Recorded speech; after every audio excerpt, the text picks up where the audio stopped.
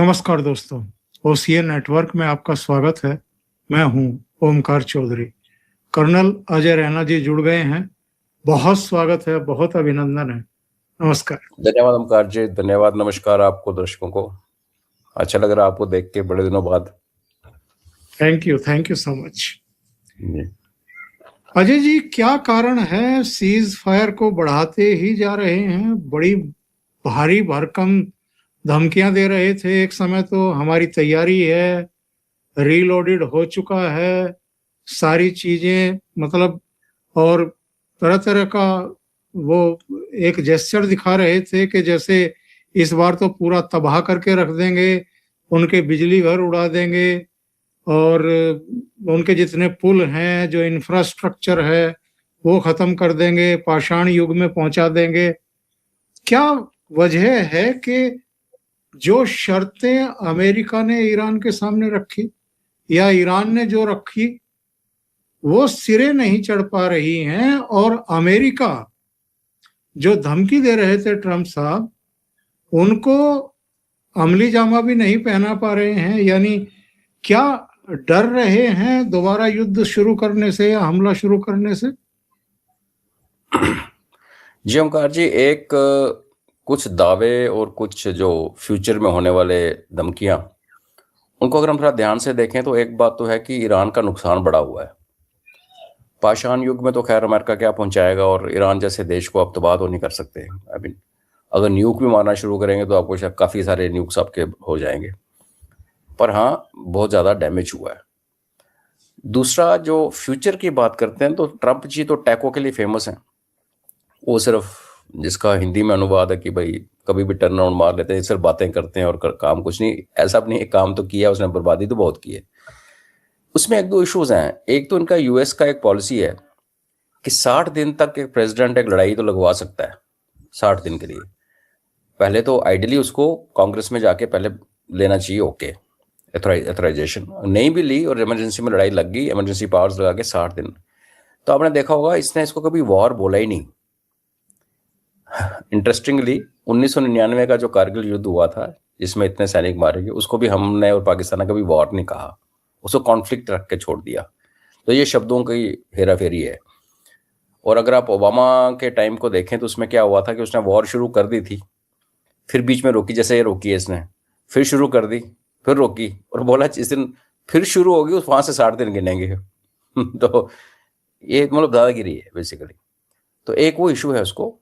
दूसरा ये है ओमकार जी कि मैं बड़ी बार आपके शो पे भी बात की है कि इजराइल और यूएसए का जो मिल के युद्ध लड़ा जा रहा है, उसमें उन दोनों का आपस में एम ही मिलते नहीं है। अमेरिका की बात सुने तो जब आया था लड़ने के लिए, बिल्डअप शुरू हुआ था, तो वो उस टाइम बात करता प्रोटेस्टर्स को मार रहे हैं, प्रोटेस्टर्स को फांसी दे रहे हैं, ये है वो है, किसी ने न्यूक्लियर की बात नहीं की। यहाँ आने के बाद जब शुरू हुआ और पता चला कि जहाज भी इनके युद्धपोत पास नहीं जा सकते ईरान के, और ओमान की खाड़ी में छुप गया, फिर पीछे चला गया, एकदम से न्यूक्लियर आ गया। इसराइल का पॉइंट ऑफ व्यू ये है कि न्यूक्लियर को तो हम देख लेंगे। एक्चुअली इसराइल ने कितनी बातें की है, 92 से वो बोल रहा है ईरान न्यूक्लियर बना रहा है, पर इसराइल को एक न्यूक्लियर ईरान से खतरा नहीं है। उनका ये मानना है कि भाई जिस दिन होगा, कंफर्म होगा, हम इसको उड़ा देंगे। हमने इराक का उड़ाया, हमने सीरिया का उड़ाया, और हम पाकिस्तान का ऑलमोस्ट उड़ा चुके थे, भारत ने कोऑपरेट नहीं किया। तो उनको उसका कोई ज़्यादा इशू नहीं है। उनका इशू ये है कि ईरान को उठने नहीं देना। उठने नहीं देना मतलब इसके ऊपर सेंक्शन लगे हैं, वो सेंक्शन हटाने नहीं है। अब अमेरिका की स्थिति पे आइए आप। अमेरिका की अपनी पर्सनल कोई ईरान से कोई खुंदक नहीं है, ना ईरान ने कभी अमेरिका के ऊपर अटैक किया, टेररिस्ट अटैक। हालांकि पाकिस्तान से कितने टेररिस्ट अटैक पूरी दुनिया में होते हैं, भारत में, इंग्लैंड में, जर्मनी में, फ्रांस में, और USA of course. Twin towers भी, उसकी नींव भी तो यहीं पे रखी गई थी। और ईरान का बॉम्ब है नहीं है अभी डिबेट ही चल रही है, और पाकिस्तान का तो डिक्लेयर्ड बॉम्ब है, और दोनों इस्लामिक हैं। तो अगर आप टेक्निकली देखें तो अमेरिका इस टाइम पाकिस्तान से लड़ना चाहिए था, लेकिन वो नहीं लड़ेगा, उसने अपना गुर्गा पाला हुआ है। अमेरिका का न ईरान की बोगी प्रमोट कर करके पूरे गल्फ कंट्री में अपना सामान कितने सालों तक बेचा, अपने डॉलर को उनके पेट्रोल के साथ पैक करके रखा। प्रैक्टिकली हर कंट्री में अमेरिकन बेसिस हैं, गल्फ कंट्रीज में। इन सब का रीजन क्या था? उन कंट्रियों की इनसिक्योरिटी थी ईरान को लेके। तो ईरान का मरना अमेरिका को, एक्चुअली अमेरिका के इंटरेस्ट में नहीं है। जब तक ईरान जिंदा है ये लोग डर के मारे मानसून लेते रहेंगे। हालांकि अब लोगों ने बोलना शुरू कर दिया, यूएई ने कहा, सऊदीज ने भी कहा कि भाई हमें तो बचा नहीं पाया अमेरिका। तो अमेरिका का जो पॉइंट ऑफ व्यू है, जो डिक्लेयर पॉइंट ऑफ व्यू अभी जो कह रहा है, मार्को रूबियो ने उसने कहा था कि हम इनका न्यूक्लियर प्रोग्राम खत्म कर देंगे। और उसके चक्कर में उन्होंने एक ऑपरेशन भी लॉन्च किया था जो सक्सेसफुल नहीं हुआ। उस पर मैंने एक किताब अभी आई है कल ही, 51 आवर्स, मैंने उसकी स्टोरी लिखी है। जी जी। तो इजराइल चाहता है कि ईरान को दबा के रखा जाए और उठने न दिया जाए। अब आपका यहाँ आपके सवाल का जवाब छुपा है कि ये जो उनकी शर्तें क्यों नहीं बनाई जा रही। हर शर्त में ईरान अब ये कह रहा है कि आपने हमारा इतना नुकसान किया तो पहले तो हमें कॉम्पनसेशन दो। अब कॉम्पनसेशन अमेरिका कहाँ से दे? खुद उसके $40 ट्रिलियन का उसके ऊपर कर्जा है। दूसरा कहता है मुझे टैक्स लेने दो तेल से, जो खाड़ी से निकलेगा तेल। तीसरा वो कहता है कि मुझे मेरे पे सैंक्शन हटाओ, फिर बात करेंगे। क्यों कह रहा है? क्योंकि इस युद्ध होने से शुरू होने से पहले ईरान अमेरिका की सारी शर्तें मान चुका था कि हम न्यूक्लियर प्रोग्राम तो बढ़ाए, हम न्यूक्लियर तो बढ़ा ही नहीं रहे, हम किसी, अब दो किस्म की खबरें हैं कि वो कह रहा था हम किसी थर्ड कंट्री को दे देंगे, जब बोला था कि हम अमेरिका के हवाले कर देंगे यूरेनियम, तो वो मान गया था। सिर्फ बात अड़ी हुई थी बैलिस्टिक मिसाइल पे कि भाई प्रोग्राम बंद करना कि नहीं करना। उस बातचीत करने के दौरान पे जब बात अड़ी हुई थी तो अमेरिका ने ईरान के ऊपर अटैक कर दिया। तो अब ईरान को बड़ा क्लियर है कि अमेरिका कहता कुछ है करता कुछ है, इनके साथ संधि करके वार्ता करके फायदा कोई नहीं, तो प्रेशर बना के रखो। जब उसने सारे लोगों को पीटा, आगे पीछे वालों को, और उसने पहले बोला था लड़ाई होने से शुरू होने से पहले कि अगर मेरे पे गोली चलेगी तो मैं इसको रीजनल वॉर बना दूंगा, उसने जो जो बोला वो सच कर गया। इनफैक्ट अपने वादे सारे पूरे किए ईरान ने कि मैं तबाही मचाऊंगा, और वो तबाही बहुत हुई है, बाहर खबरें इतनी आई नहीं। तो अब अमेरिका उससे अगर संधि करता है, कोई भी संधि होती है वकार जी, तो उसमें ईरान को कंसेशन देनी पड़ेगी। ईरान को कंसेशन देने में उसमें सैंक्शन हटाने की या तेल बेचने की कुछ ना कुछ परमिशन इनको देनी पड़ेगी, और वो इजराइल को मंजूर नहीं है। तो मैं आपको लिख के दे सकता हूँ, अगर ये आज की जिस स्थिति पे लड़ाई खड़ी है, युद्ध खड़ा है, वहां अगर अमेरिका और ईरान होते आमने सामने तो समझौता हो जाता। प्रॉब्लम यह है कि उसके बीच में बहुत बड़ी एक फैक्टर है जिसका नाम है इजराइल। और इजराइल चाहता है कि भाई एक तो इसको तब तक दबा के रखो जब तक मैं अपना हिजबुल्लाह को ख़त्म ना करूं, जो ख़त्म होने का नाम नहीं ले रहे, और मैं सदर्न लेबनान को कैप्चर ना कर लूं, और तब तक आप इनको रोक के रखो, मार के रखो, और उनके सैंक्शन इन पे हटाने, न्यूक श्यूक हम देख लेंगे। अब उसमें हो क्या रहा है कि लड़ाई रुकने की बजाय लोकली फैलती जा रही है। अब टर्की को लग रहा है कि इजराइल को तो रोकना ज़रूरी है, बिकॉज अभी तक उनके दोस्त बने हुए थे। सीरिया में टर्की और इजराइल सबने मिलके सीरिया के असाद को वहाँ से मरवाया, क्योंकि जब ऊपर से HTS आया, नीचे से इजराइल घुस गया गोलन हाइट से। आज स्थिति ये है कि डमस्कस तक, ऑलमोस्ट डमस्कस के साउथ वेस्ट गोलन हाइट तक पूरा इजराइल का या तो कब्जा है, या एक जोन है जिसमें इजराइल ने वार्निंग दे रखी है, जहाँ पे वो रहते हैं लोग ड्रूज, कि इधर नहीं कुछ करना। तो टर्की जब मैप पे देखता है तो वो देखता है कि इजराइल जो है वो ऑलमोस्ट डमस्कस तक पहुंच गया। इधर से इजराइल जो है वो पूरा लेटनी रिवर तक सफाई करने में लगा हुआ है लेबनान के अंदर। तो इजराइल बढ़ता हुआ, जो ग्रेटर इजराइल जिसको कहते हैं, वो टर्की को गवारा नहीं है।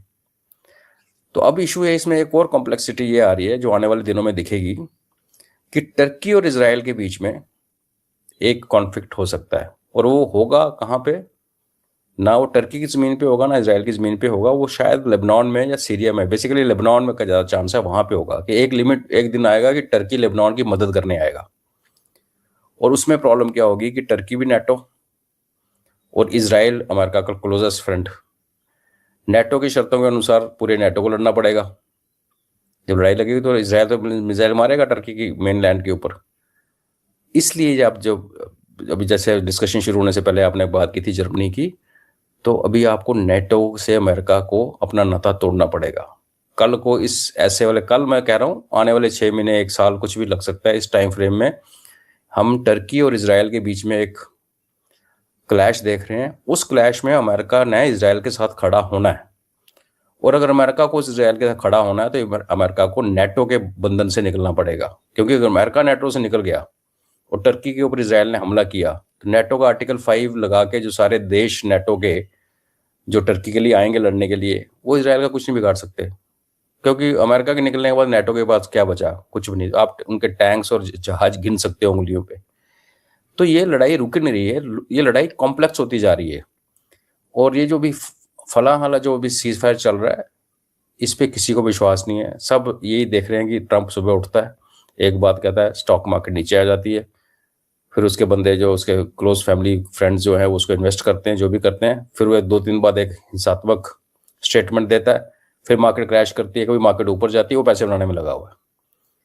तो ओवरऑल एक सुपर पावर का बिहेवियर तो अमेरिका कर नहीं रहा। फिर अमेरिका वो ट्रंप तो मतलब वहां बैठा हुआ है, कोई भी होगा तो अमेरिका जैसे बिहेव करेगा, उनका ऐसे ही रहता है। तो बिल्कुल। एक ये भी मुश्किल है कहना कब तक ये चलेगा सीज फायर। बिल्डअप भी हो रहा है, ये जो टैको ने कहा है ये बिल्डअप हो रहा है। उसने अपनी दोबारा इंसान, सोल्जर, अम्नीशन वो लेके आया है खाड़ी में। किधर को जाता हुआ नजर आ रहा है पता नहीं। मुझे हम सबको ये डर है कि किसी एंड पे जाके ना रुक जाए, एंड न्यूक पे ना चली जाए बात। बिकॉज अगर ईरान को एक्चुअली आप इतना मारोगे तो वो कैपेबल है कि वो फिर एक कुछ ना कुछ कार्रवाई कर सकता है। बाकी तो समय बताएगा ओंकार जी। अभी कुछ दिन पहले जर्मनी के चांसलर ने एक बयान दे दिया था कि ईरान ने बड़ी बेइज्जती करी अमेरिका की, और आज सूचना आ रही है कि अमेरिका अपने 5,000 सैनिक जर्मनी से निकाल रहा है, बुला रहा है वापस। तो डोनाल्ड ट्रंप बहाने तलाश कर रहे हैं क्या नेटो देशों से अपनी सेनाएं विड्रॉ करने के लिए, इनसे नाता तोड़ने के लिए?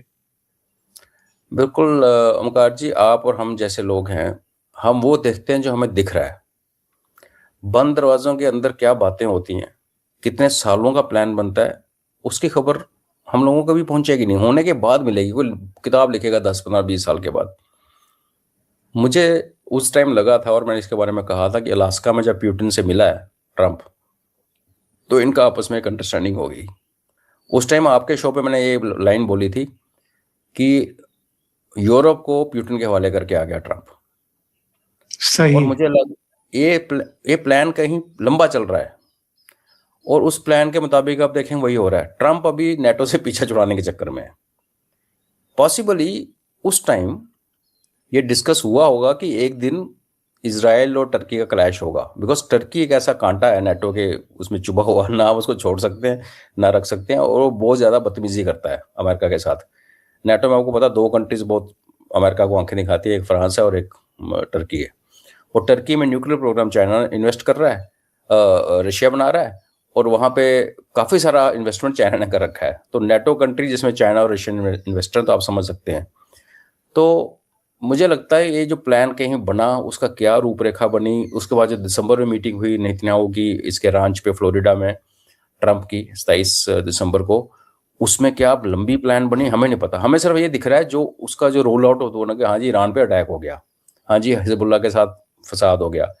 उससे पहले आपने देखा होगा कि इंटरनेशनल पीस पूस करने की कोशिश की थी उन्होंने गाजा में, जिसमें वो बेन गुरियन कैनाल का। तो ये लंबे टाइम के प्लान है, लंबे प्लान है, और उनमें जो स्टेप्स हैं वो हम सिर्फ देख के कमेंट करेंगे ओमकार जी, उनको एंटिसिपेट करना बहुत मुश्किल है, बहुत मुश्किल है।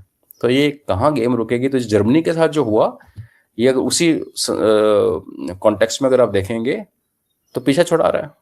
अगर जर्मनी में देखो, इनकी न्यूक्लियर मिसाइल्स डिप्लॉयड हैं अमेरिका की, नेटो की, और फिर दूसरा एक जो स्ट्रांग नेटो का सदस्य वहाँ बैठा हुआ वो है फ्रांस है। बाकी रहा यूके, जिसने कि यूक्रेन की डील इनकी होने नहीं दी, उसके पास गिन के 70 टैंक हैं। तो वो शक्तियां तो अभी लायबिलिटी हैं अमेरिका के ऊपर। और अभी अमेरिका ने जो अचीव करना था यूरोप के लिए कर लिया। सारा यूरोप अभी तेल और गैस अमेरिका से खरीद रहा है, 30% महंगा पड़ रहा है। रशिया की पाइप उन्होंने उड़ा दी, और रशिया को अभी इसने वेवर दिया, बाद में रशिया को ये वेवर बंद कर देगा। यूरोप का ऑलरेडी तेल अमेरिका से आ रहा है, जो वे अफोर्ड नहीं कर पाएंगे। 1-2 साल ऐसे चलता रहा ओंकार जी, यूरोपियन इकोनॉमी कोलैप्स कर जाएगी। तो ये मुझे यही लग रहा है कि ये इसको डंप को फेंक के ये अभी साइड पे खड़े होके इजराइल के पीछे खड़ा हो जाएगा, और एक बड़े से युद्ध की तरफ हम देख रहे हैं। क्योंकि अगर टर्की जब लड़ेगा इजराइल के साथ, तो वो ईरान और इजराइल की लड़ाई नहीं होगी। टर्की एक पावर है, और टर्की को इजराइल अकेले नहीं टैकल कर सकता, इसलिए उसको अमेरिका की जरूरत है सामने आके लड़ने की। देखते हैं क्या क्या होता है। जी। एक और खबर आई थी कि ट्रंप ने यूरोपियन यूनियन की कार ट्रकों पर 25% टैरिफ लगा दिया और ये कहा कि व्यापार समझौते का पालन ही नहीं कर रहे ये लोग और छूट चाहिए तो अमेरिका में आके मैन्युफैक्चरिंग करें। उसको चुभ गया, हमारे साथ जो एफटीओ है वो उसको बहुत बुरी तरह चुभा है, और उसके बाद एकदम से उसने भी एक बड़ी अनाउंसमेंट कर दी कि हमारा सब हो गया, हालांकि हमारा कुछ हुआ नहीं है, वो ऐसे चल रहा हुआ हमें। तो ये ओवरऑल देखिए, ये जो छोटे छोटे स्टेप्स है ना, आज हम सब समझते हैं कि युद्ध से ज़रूरी है, उससे ज़्यादा महत्वपूर्ण इकोनॉमी की जो लड़ाई होती है। तो उसमें अगर आप देखेंगे तो अमेरिका ने, जैसे तेल बेचने की बात हुई, जैसे रशियन सप्लाई बंद करने की बात हुई, जो चीपेस्ट उनको तेल और गैस मिलता था, और ये जो आप अभी बता रहे हैं कि जो इस पर दे रहा है, तो ये बेसिकली क्या इशारा कर रहा है? इशारा कर रहा है ट्रंप यूरोप के पीछे पड़ा हुआ है। और फिर पोप के खिलाफ बोलना, ये भी आप देखिए कि जब ये आया था तो चर्च ऑफ इंग्लैंड ने इसको काफ़ी हेल्प की थी ट्रंप की, और पैसा भी लगाया था और हेल्प भी बड़ी की थी। और अभी ये पोप के खिलाफ बोलना शुरू हो गया। और क्रिश्चियंस, हम सोचते हैं कि ये हमारे इस्लामिक भाई बहन बहुत रूढ़िवादी हैं, जो ऑर्थोडॉक्स क्रिश्चियन है उनसे भी ज़्यादा कट्टर हैं। अगर देखा जाए तो इस्लाम ने बहुत सारी चीज़ें क्रिश्चियनिटी से सीखी हैं, वो जो इनके क्रूसेड्स होते थे। तो मेरे को आज आके ये लग रहा है कि ये यूरोप को किक मार के साइड पे निकलना चाहता है। और एक जो चेंजिंग वर्ल्ड ऑर्डर की, जैसे हमारे रक्षा मंत्री जी ने कहा कि कोई वर्ल्ड ऑर्डर के नाम पे वर्ल्ड ऑर्डर बचा ही नहीं, और एक्चुअली सही बात है, वर्ल्ड ऑर्डर बचा ही नहीं। अब ऐसा है कि हमें बस फिक्र लगी रहती है कि हमारे बारे में कोई क्या कहेगा, बाकी दुनिया कोई किसी की परवाह नहीं कर रहा, किसी के पास ना टाइम है ना किसी के पास वो पेशेंस है। तो NATO without USA zero, USA Israel के साथ बैठ के, और तभी एक इंडिकेशन आती है ना कि अगर इजराइल के साथ इसने खड़े होना है तो फिर इसने ईरान के साथ कोई ना कोई समझौता इसको करना पड़ेगा। ये तो हो नहीं सकता कि यूएसए जो है वो यूक्रेन में भी लड़ रहा है, यूएसए जो है ईरान में भी लड़ रहा है, और यूएसए फिर जाके टर्की के साथ भी लड़ाई शुरू कर दे रहा है। तो फिर तो चाइना तो पीछे ताली बजा लेगा आराम से, वो तो यहाँ का बोला वेस्ट पैसिफिक में रहा है। तो बड़ा पेचीदा सा मसला हो रहा है। बट बॉटम लाइन ये है अपना सर की, ये बढ़ता जा रहा है, पेचीदा हो रहा है, और ये लड़ाई फैलेगी। जी। ब्रिटेन के बारे में, वहां के प्रधानमंत्री के बारे में काफी अनाप शनाप कहते रहे हैं ट्रंप। अभी किंग चार्ल्स गए थे और व्हाइट हाउस में पार्टी थी, और वहां जो जो तंज कसे हैं किंग चार्ल्स ने, उसकी बड़ी चर्चा चल रही है। 1700 की, 1800 की, उन्होंने ऐसी ऐसी किस्से कहानियां सुना दिए, और जहां बाल रूम बन रहा है नया, उसको किस तरीके से ब्रिटिशर्स ने जलाया था वो सब याद दिला दिया। तो ये सब चल क्या रहा है ब्रिटेन और अमेरिका के बीच में, या कहें कि ट्रंप और ब्रिटेन के बीच में? अब देखिए मुकार जी, ब्रिटेन था जिसने इस दुनिया को यूएस के हवाले किया था वर्ल्ड वॉर 2 के बाद। उससे पहले वही शक्ति थी, महाशक्ति अगर गिन सकते हैं बड़े वाली। वर्ल्ड वॉर 2 में नुकसान हुआ, यूएसए से उन्होंने पैसा लिया, और यूएसए बेसिकली बसाया किसने? ब्रिटिशर्स ने बसाया ना। यूएसए के नेटिव्स उन्होंने मार मुरा के भगा दिया अमेरिकन वॉर में। तो बेसिकली ये वही है, स्टॉक वही है। तो चल रहा, उनका रोमांस चलता रहा बड़े साल। लेकिन एक जो ट्रंप जैसे, हम अमेरिका, हम कहते हैं ना अमेरिका में ट्रंप है, लेकिन अमेरिका तो अमेरिका, उसकी चलती रहती है पॉलिसी। अगर आपको याद होगा, जब यूक्रेन के साथ पीस की बात चलने लगी, जब ट्रंप आया था, उससे पहले यूके ने यूक्रेन से समझौता किया था कि वो उसकी रेयर अर्थ मिनरल जो निकालेगा वेस्टर्न यूक्रेन में, जहां पर लड़ाई नहीं चल रही। जब ट्रंप आया, ट्रंप ने कहा भाई हमने $300 बिलियन के आपको हथियार फ्री में दे दे, और नेटो पूरा ऐश कर रहा है। अब नेटो हमसे हथियार खरीदेगा, उसके लिए नेटो को अपनी जीडीपी के 5% नेटो कंट्रीज को अपने जीडीपी का 5% जो है नेटो में डालना पड़ेगा। उस पैसे से अमेरिका का हथियार खरीदेगा, और वो हथियार यूक्रेन को नेटो सप्लाई करेगा, मींस यूरोप सप्लाई करेगा। उस टाइम आपने देखा, उसके बाद यूके का और यूएस के बीच में तनाव आना शुरू हो गया, क्योंकि अमेरिका ने कहा ये तो अभी फ्यूचर में तो हमसे हथियार खरीदोगे, अब जो 300 बिलियन हमने खर्च दिए बाइडेन ने, उसकी रिकवरी के लिए मेरे यूक्रेन का चाहिए मिनरल्स, रेयर अर्थ। और वहां से इनका आपस में तनाव शुरू हुआ, क्योंकि अमेरिका के पास देखिए कर्जा है, वो सब कुछ है, हम मानते हैं, लेकिन अमेरिका के पास तेल भी है, और आज वो धड़ाधड़ बेच रहा है। हालांकि उसका अपना तेल के दाम बढ़ गए हैं देश के अंदर, बट पूरी दुनिया में खुले पैसे कमा रहा है।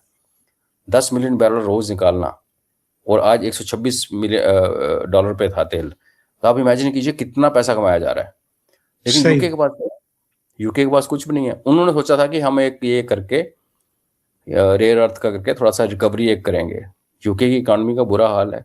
इंटरनल सिचुएशन आपने देख ली कि इस टाइम जो लंदन के जो लोकल इलेक्शन के जो पोस्टर्स आ रहे हैं उसमें सब के सब पाकिस्तानी हैं, और जो गलियों में उनका हुआ है। तो यूके का मेरे को जो पर्सनल लगता है, ये यूक्रेन का जो रेयर अर्थ है वहाँ से इनका रिलेशन खराब हुआ, और ट्रंप के लिए पैसा सबसे इम्पोर्टेंट है। उसको लगता है कि भाई अगर यूके ऐसे करेगा तो मैं कैसे होने दूंगा, और उसके बाद फिर खराब होता ही चला गया। अब ये रॉयल साहब वहाँ गए, चार्ल्स जी, ये इनकी एक सेरेमोनियल विजिट होती है।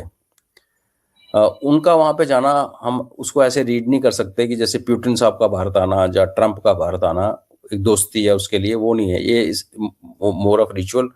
और वो चार्ल्स और फिर चार्ल्स है, उसकी अपनी स्टोरी आपको पता ही है। उसके भाई का एप्स्टीन फाइल में तो बड़ा अच्छे निकले हैं कहानियाँ। उसकी एक बेटा और बहू अमेरिका में सेटल्ड है, नॉर्मल सिटीजन बन के, पूरे रॉयल्टी छोड़ के।